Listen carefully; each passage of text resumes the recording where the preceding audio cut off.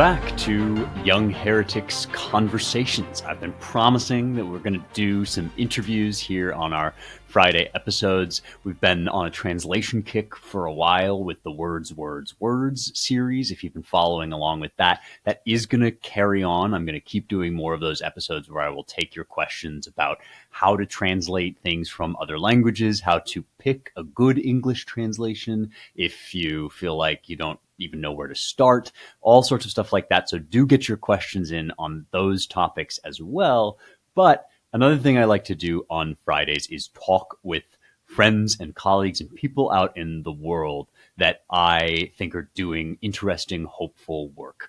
And the reason for this, besides the fact that it's fun for me and I like talking to smart and interesting people, is that when we do kind of the regular Tuesday episodes of the show, we're often thinking about kind of big questions, trans-historical questions, if you want to think of it that way, these kind of abstract ideas or first principles and looking at the long view of history and all of that. But I'm always trying to insist that these are not just fun academic parlor games or ways to entertain ourselves when we're a little bit bored. These are actually urgent matters, the matters of central urgency for how we live our lives and how we make our choices both at an individual level and at a political level. And so there's no better guest for me to have on to talk about all of this stuff than John A. Burtka, or Johnny Burtka, as he is known to his friends and interlocutors. He's the president and the CEO of the Intercollegiate Studies Institute, or ISI,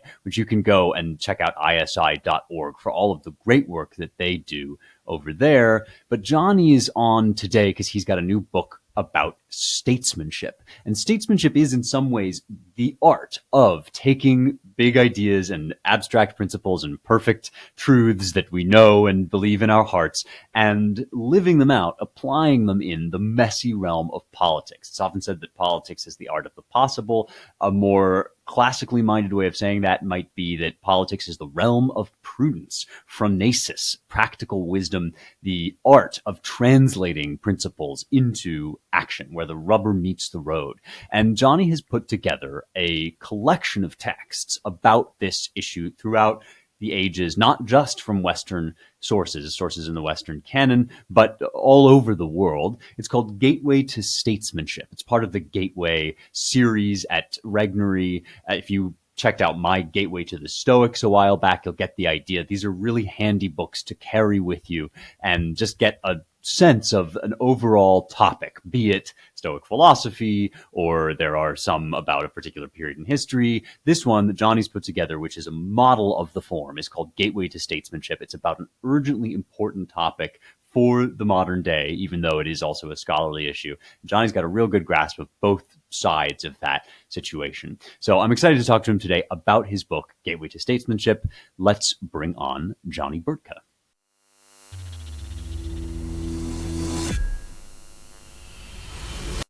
All right, here I am with my friend John A. Burtka IV, who very kindly just permits us to call him Johnny, which is a liberty I'm going to take here, although the full title is quite magisterial, I have to say, and befitting of the author of Gateway to Statesmanship. This is part of the Gateway series published by Regnery. I've done one myself, Gateway to the Stoics. I have another one on the Epicureans coming out. And so I can say with some authority that this really is a masterclass in what these editions are supposed to be. They're very handy and useful selections by scholars, experts, for the general public. Just if you want to get a kind of grip on a certain topic, these books will offer you selections and passages from, in this case, throughout history on a particular subject. Yours, Johnny, is Statesmanship. You've put together a really beautiful feast of kind of passages from throughout the years, not all of them from what we would call Western civilization on this show, although kind of Western centric, which is good. We like to be Western centric over here. I wanted to start by asking you probably like one of these really annoying interview questions that you get when you put out a book. But for those that maybe aren't familiar with or conversant in this whole philosophy of statesmanship, start just by telling us, what is it? What is statesmanship, and maybe why should we care about it in this particular moment? Absolutely. And that's thanks so much for having me on. That's a great place to begin. So statesmanship is really the art of governing or ruling well, whether that's a city, a kingdom, a nation, or an empire. And when I was back in college at Hillsdale 12 years ago, I really fell in love with this ancient tradition called the Mirrors for Princes. And the tradition has largely fell out of favor in a contemporary context, but it's really quite simple. These were short books offering practical leadership advice for new political rulers. And it existed in nearly every civilization, every historic context. And it really connects the world of theory, the qualities that we like to see in a good leader: courage, prudence, temperance, justice, to the world of action, and gives leaders very practical advice that they can implement in their own life to become a better political leader. And as we looked out at our contemporary landscape in America today, there's a lot of complaining about Congress, about our leaders in Washington, bemoaning why we don't have great-souled men and women today like we had in the days of yore with George Washington and Alexander Hamilton. And so I really set out to put together a collection that can raise the bar for a new generation of statesmen in America.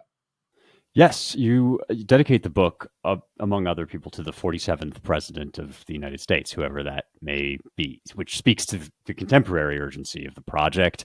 And it's part of a collection. I've noticed, interestingly, that there have been a few books coming out lately, not so much in the Mirrors for Princes tradition. I think you are sort of distinctive in that you've really focused on that particular approach. But people are also resurrecting sort of a Plutarchan biography and character study as a mode of historical and political commentary. I think a focus on character is something that definitely runs through the book. And then as you emphasize this whole sort of practicality issue, I'm thinking of it a little bit as where the rubber meets the road, right? You can gesture toward theory at great length all you want, and then the classical virtue of prudence, which is sort of the question of how in imperfect circumstances these high ideals might be applied.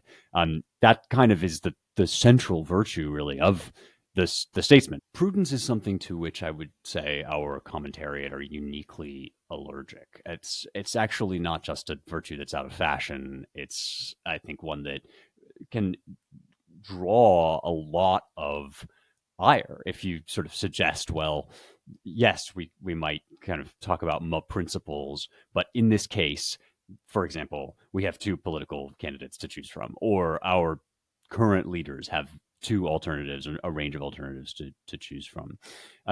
Was that on your mind as you were gathering these selections? That are you trying specifically here to speak into our uniquely anti-prudentialist moment, or are you looking to collect just a more general kind of enduring book that will speak to the matter more generally? I'm sure you're doing both, but I was wondering if that was part of your calculus here as you picked passages. Yeah, I mean, my goal is to have, senators and even the president of the United States carry around this book, right, in their free time instead of scrolling through Twitter, meditate on Xenophon, Cicero, Han Fei, Churchill. That's a little bit tongue in cheek, but in some sense, I'm actually being serious. This tradition, going back to the ancient world, Julius Caesar is said to never have left for a battle without carrying scrolls of Xenophon's The Education with him, off to battle. Thomas More never left the house without a copy of Cicero's On Duties in his breast pocket. So, in the best case, you do have leaders who care about this tradition, who think deeply about the leadership qualities that they want to embody, who are striving for prudent action, even if they're acting imperfectly, as we all do as human beings. But I think the other thing that maybe gives me some hope is that, our situation, the lack of prudence in our leaders, is not unique, right? Throughout all of history, you often got stuck with either mediocre or terrible leaders. And you had this task, the same one that's before us today, of, how does someone who's an educator or a philosopher or maybe a theologian, how do they approach a leader who might even be morally vicious and say, all right, I need to get your attention, right? I need to get you to think a little bit more seriously about this very important work that you're doing, having your hand on the rudder of the ship of state. If you crash this thing on the shore, there are millions, thousands of souls that might perish. And so you need to take that seriously. And so this whole tradition is kind of the art of taking, men that were very, very imperfect and flawed and trying to get their attention and to instill some, sense of moral and political excellence in them that they can maybe grasp, or at least you can appeal perhaps to their self-interest, and help them to really serve the common good, the public interest over their own selfish interest or their class interest. Yeah, you open the first passages from Xenophon's Education of Cyrus, and you open it with a little selection quote: ruling human beings does not belong among those tasks that are impossible, or even among those that are difficult, if one does it with knowledge. There's that phrase, with knowledge, is doing a lot of work, I would say, in that quote. This is one of the thorniest problems in political philosophy, kind of central to the Platonic tradition of thinking about this stuff, or maybe the Socratic tradition more generally, of which Xenophon, of course, forms a part. I'm curious, in the research you did to put these together, whether you found examples of the more and less successful advisor.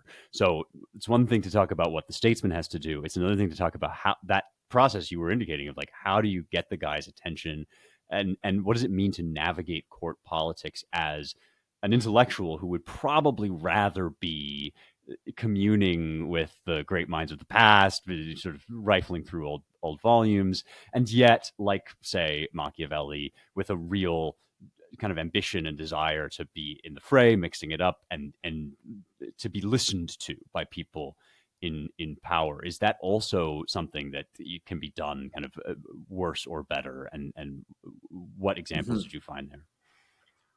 Yeah. This is a fun topic to explore. I mean, many of the advisors and educators who wrote in this tradition ended up being murdered by the king or the leader that they were serving.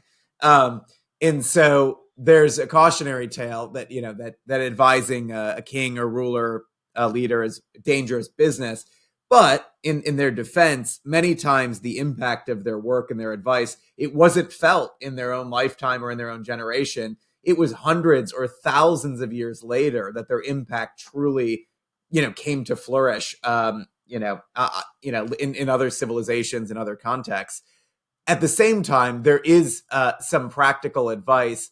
And for this, I like to turn to the Eastern texts that I've included, the Indian ones and the Chinese. In the Indian context, there's a whole kind of dialogue about how should a king pick good advisors, and what qualities should you look for. Should you pick a childhood friend because they'll be loyal to you? Should you pick a political philosopher because they're smart and have thought a lot about politics in the abstract? Should you pick someone with a lot of money because they're going to help you, raise financial resources? In the Indian context, he says, always pick an advisor, not by their words, but by their deeds. Pick someone who has a track record of accomplishing the types of things that you want to accomplish. Surround yourself with those. But then if you flip the script, which gets back to your question, how do you counsel a king? How do you offer advice? And in the text that I included from Han Fei, it's called The Art of Persuasion. He really goes into detail about the perils of advising, offering advice to a ruler. And he really describes in detail, if you appeal to the leader's virtue, but it's really a vicious, self-interested ruler, they're going to dismiss you out of hand because they're not interested in virtue. They're interested in their own personal gain. But if you appeal to someone's own personal gain and don't make any mention of virtue, they might look down on you because, they might see you as someone who's just appealing to their self-interest. And, what kind of leader do you take me for, right? And it could go on. If you're in the good graces or favor of a political leader, you can offer perfectly sound advice and they'll take it seriously because they like you. But if something happens in your relationship and they stop liking you or they start to mistrust you, you could offer the same exact advice and it could be very sound, and they might hate you or kill you just because it came from you. And so Han Fei essentially in this very short section goes into detail about how you need to massage and tailor your advice to plan for all of these contingencies. And it's actually very, very practical. So I would encourage people to check out Han Fei's The Art of Persuasion. Yeah, those are both great additions and inclusions here. Parrhesia is just risky business, as you say, and it's highly relational in the way that you're describing. I mean, the practicalities or the contingency plans of the advisor are really just an interesting kind of side theme that emerges as we sort of flip through these texts. Of course, the main sort of series of questions here is not how do you advise a ruler, but how do you rule? And you've divided your sources into 4 chronological periods. You've got ancient, you've got the medieval sources, the Renaissance sources, and then modernity, which is helpful, obviously, as a chronological scheme. It also raised for me a question. You know, you are emphasizing in your introduction, which is really robust and sizable in itself, a little primer on the whole topic. You end by emphasizing laws of statesmanship, and I'd like to hear from you about those. The kind of, if you like, the eternal principles or laws of leadership, you call them, that kind of endure throughout these various periods. But I'm also curious whether you think in these, if it does make sense to chunk history up into these sections. The facts on the ground and the conditions of those 4 periods change the state of play in significant ways, so that statesmanship and leadership actually involves slightly different maneuvers or techniques now in 2024 than it did, back in ye olden times. Yeah, there's a lot we could explore here. I think my basic argument is that while the nature and structure of regimes have changed pretty significantly over time from a sort of this ancient tradition and antiquity that was really based on sacral kingship. That was sort of the dominant mode of political governance in ancient Mesopotamia, in the what would have been the early kind of Americas. This is going back thousands of years. You see over time how, with the introduction of Judaism and Christianity, how this ends up shifting. There becomes a more marked distinction between the realm of politics and the realm of religion. And then, obviously, if you're fast forwarding enough, then you're getting away from monarchical regimes altogether. Obviously, not to discount the Roman Republic and these other kind of, the Venetian republics, and there's Florentine republics. There were blips of these more republican forms of government at different points in history, and then you work your way to today's context, the constitutional republic, which is now kind of, I think, devolved into more so a mass democracy. Perhaps it's even an oligarchy. We could explore all of these different regime types and what that means for leadership at length. But my core argument is that the fundamental qualities that human beings are looking for in political leaders does not change, regardless of what type of regime that you are in. I think a great leader, in some sense, they always embody these kind of classic moral virtues: courage, prudence, temperance, justice. But at the same time, they're also, I think, pointing people towards maybe 3 things in particular. One, towards transcendence. So great leaders are often rising above kind of the dueling aristocratic or oligarchic factions of the time, and they're really reorienting the regime towards more permanent, transcendent ends than politics, towards the good, as Aristotle might say, or towards God himself, as Thomas Aquinas might talk about. Secondly, they're concerned with the common good. This is a term that gets thrown out quite a bit, and you see this in Cicero, the common good is really what is in the interest of the flourishing of the whole regime, right? This is not self-interest. This is not class interest or partisan interest. It's a vision for the flourishing of the whole, whereby you create the temporal conditions of justice, of law and order, of broad-based economic prosperity that allow ordinary people to live lives of virtue. And then lastly, beauty. This is something that I think is forgotten in politics today, especially conservatives. I think, we often think if you get the right ideas, you have the right policies, you're a good person, that's enough. And great leaders have always been, that'll fix it. Great leaders have always been builders of beautiful things. And this was in part because in the ancient world, they didn't necessarily know if there was an eternal life after death. And so they were pursuing honor in the public square. They wanted to leave a legacy and build things that would endure. But you even see this in the Christian context with Justinian the Great in Constantinople. He built the Hagia Sophia, one of the most beautiful churches known to mankind, and it still stands 1,500 years earlier. And he knew that human beings, right, they weren't persuaded first and foremost by logic. You need to capture their imaginations with beauty, paint a beautiful picture of the world you want your citizens to inhabit, and give them the confidence that you can bring it about. So I think those things, transcendence, the common good, beauty, combined with those traditional moral virtues, are something that you find throughout the tradition.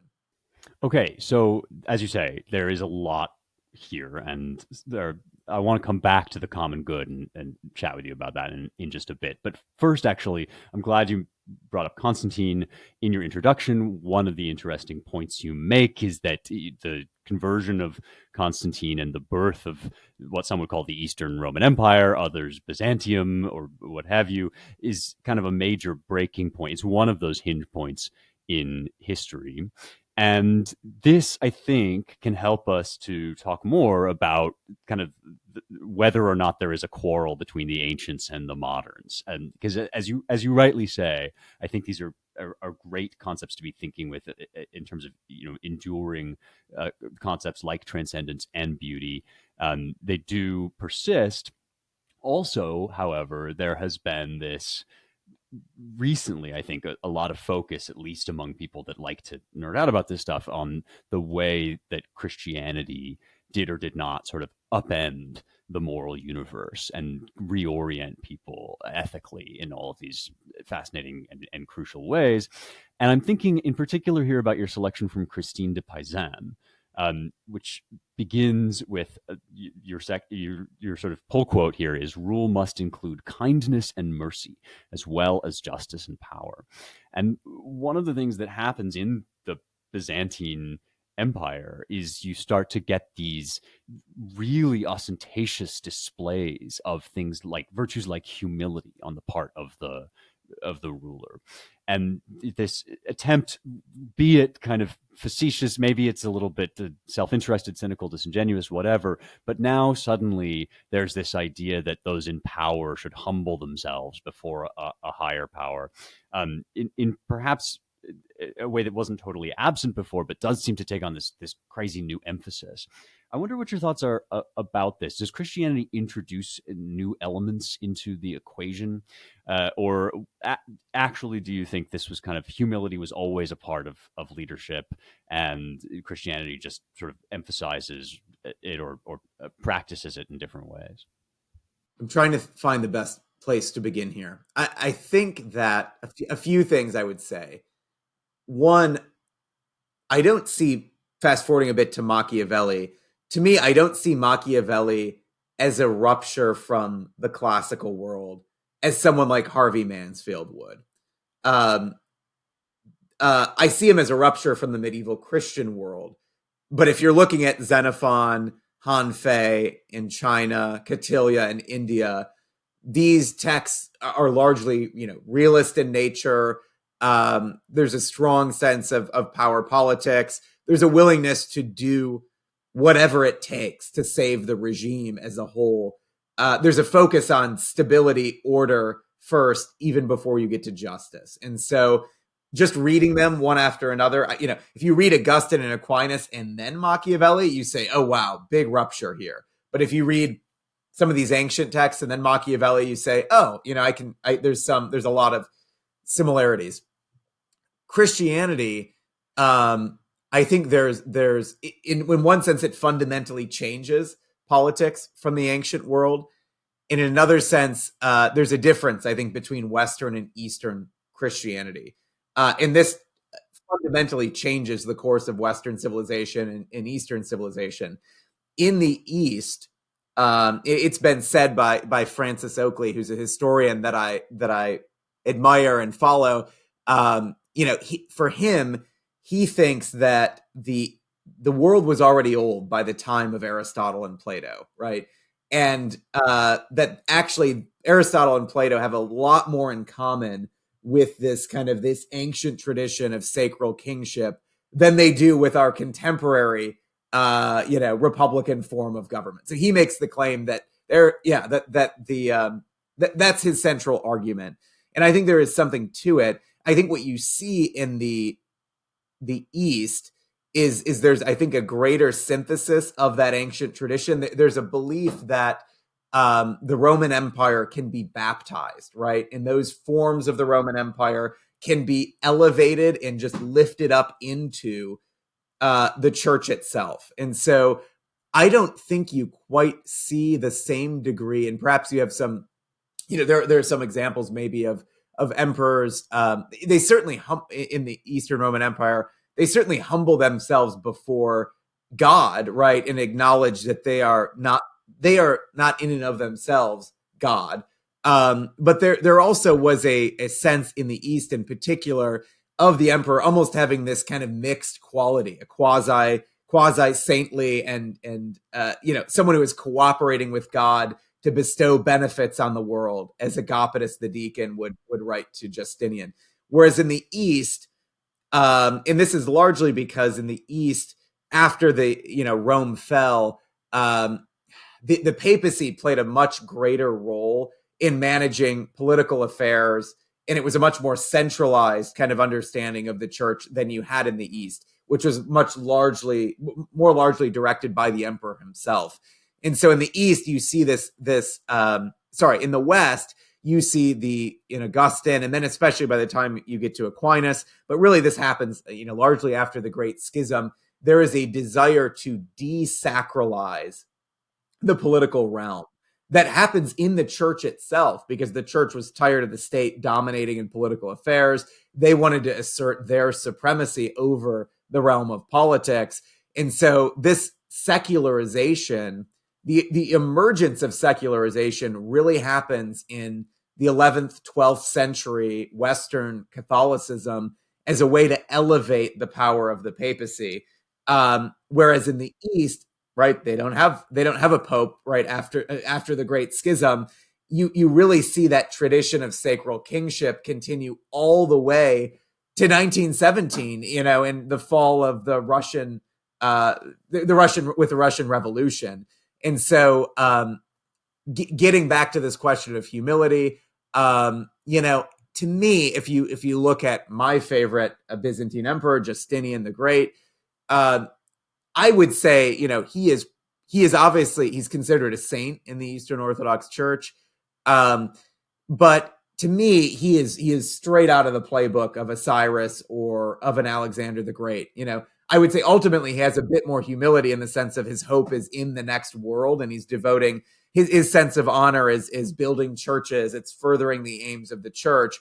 But I mean, this is a military commander, a conqueror, a man who does great deeds, even dangerous deeds, to save kind of the empire in ways that perhaps in the Western Christian tradition there'd be a little bit more discomfort with when you're reading someone like Saint Augustine, for example. Thanks. Those are rich reflections, and on one level, of course, they're historical and kind of sweeping set of observations drawn from the distant past. On the other hand, this is a very contemporary topic. When you start thinking about what does it mean first to be a Christian ruler, and then second, should there be Christian rulers? Should our rulers be Christian, or do we in fact hope for this kind of more separate spheres secularization approach. Now there is this incredibly fraught debate over not just Christian nationalism, but I think the role of Christianity in American public life. And maybe this is a way into talking about the common good, which is a phrase you used earlier and rightly said is a long-standing concern among statesmen, both pagan and Christian, as well as Jewish, and so on, and really kind of everywhere. If you think about it in its broadest sense, this is an uncontroversial statement, or it should be, that the way the state is run is for the benefit is for the common benefit. That's the concern of the leader and the statesman. Of course, it has also become one of these sort of untouchable buzzwords that the minute you invoke it, people think you're about to put on a pope hat and install a theocracy, because it's become associated with a new fusion of secular and religious power.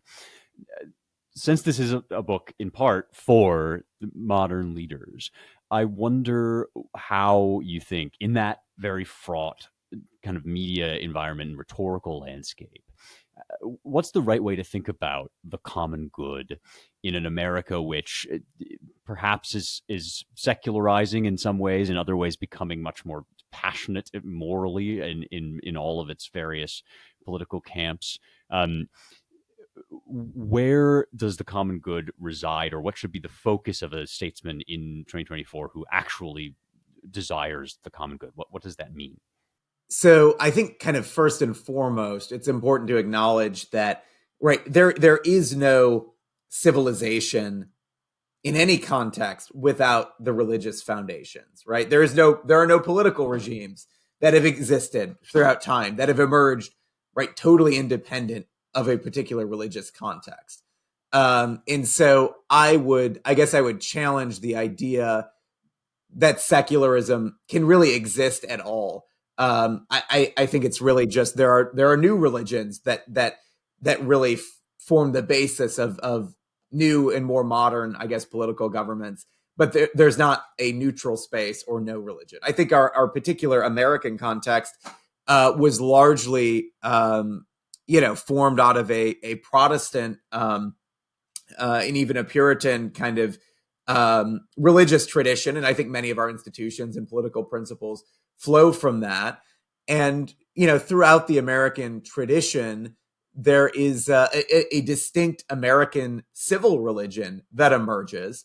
So that even, you look at the U.S. Capitol, and in the dome of the Capitol, it's a painting of George Washington ascending into heaven, being installed sort of in the heavens. The apotheosis of you can find him as Zeus, sculpted as Zeus in the basement of the Smithsonian. And you even see someone like a Lincoln who did not have, to our knowledge, as a Protestant might describe, sort of a personal relationship with Christ, or was not a member of a church, right? But he speaks in very powerful theological language about the role of providence, that he sees, himself not just as a passive kind of observer of the work of providence, but even as an active participant in this providential narrative that's playing out. He sees that as part of the reason why the Civil War is enduring so long, is because God is punishing us for our sins. So then I guess the question is, okay, what does a contemporary statesman do today? And I think it's there. So part of the task is, all right, finding what are the worthy components of that American civil religion, and that this kind of distinctive tradition that we have in America, that I think great presidents of all stripes have tapped into at a fundamental level, because I think it speaks to this human longing for transcendence, right? And I think you could see it in a Ronald Reagan, just like you could see it in a Martin Luther King. You could see it in an FDR, in a Teddy Roosevelt, in a Lincoln, in a Jackson, in a Washington. They're all tapping into this appeal to the transcendent. so I think there's a way in which a contemporary leader needs to kind of draw from that unique American tradition. And then in terms of the common good, I guess it's a question of whether or not a common good can exist when Americans have such radically different conceptions of even what it means to be a human, what it means to be a man or a woman. How do you find a common good? And there I would hope that despite this sort of the ideology that has kind of taken hold of a narrow elite in our country, and then has been kind of laundered through educational and influencers and a media ecosystem, everyone in America is still a human being, and human beings, I think, have a fixed nature that's consistent over time. And so I do think that a great leader, and I think we're at a moment where things have gotten worse and worse in this country. The worse they get, I think the better chance we have of a statesman being able to emerge and actually appeal to those fundamental things that don't change about human beings and bring people back to reality. So I'm hopeful, actually, that the worse things are, the easier and better chance we have of appealing to a common good today. Yes. Well, that your point that this is one of the many areas in which neutrality is fake, I think, is really important. That's got to be a kind of something keep always forefront of the mind, that this ideology that you're gesturing toward, for which we have yet to find a kind of non-cringe name, but which we basically use wokeness or wokeism to describe, that is, or at least serves the role of a civil religion. It's a contender for a kind of a very abstruse and Gnostic, but actually quite confident and passionate theology. And so, as you're saying, the task is effectively to not to erase all theology from the public square, but to sort of offer an alternative, a theology that's more grounded in human nature and is more kind of, if not agreeable, then at least attractive to the better angels of our nature, to our sort of instincts toward our natural humanity. That's a very different prospect, I think, than what people typically fear or talk about, which is some sort of, sectarian establishment that, what we really need is to bring back like this particular form of Protestantism. And sometimes I think these things get elided. There is a sort of, on the one hand, the proposition or the idea that a leader might install the tulip of Calvinism, or these particular 5 points of doctrine in American law.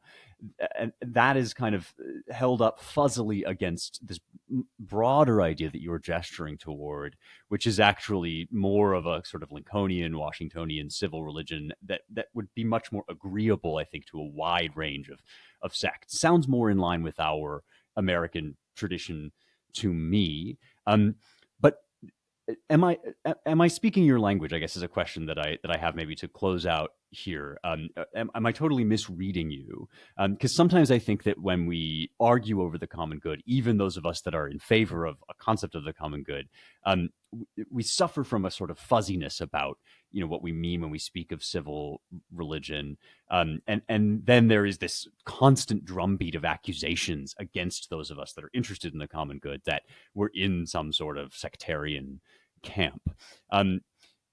What are the prospects for you of each of these various versions? And am I right in thinking that what you're talking about here is closer to something that a Lincoln or a Washington would recognize as a general civil religion, rather than, say, the Protestantism of the Puritans or what have you?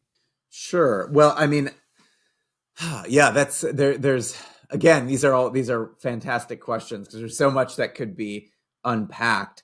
I do think there is, I think it's important to operate while there are kind of eternal, permanent, principles of human nature, of theology, of religion.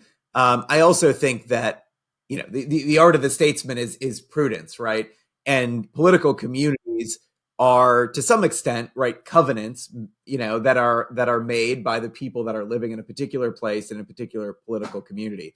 And so there has to be some common ground within that particular community if it's going to flourish. And so, my advice for the statesman is to search out those in a highly divided and polarized America, where these accusations are being perpetually kind of thrown around of Christian nationalism or fascism, et cetera, is to really figure out what are those areas of common ground that Americans have, that have their roots in our distinctive American tradition, and how can we build on those as a people today. And I do think that people, they do long for, as I said, kind of more transcendent ends for politics.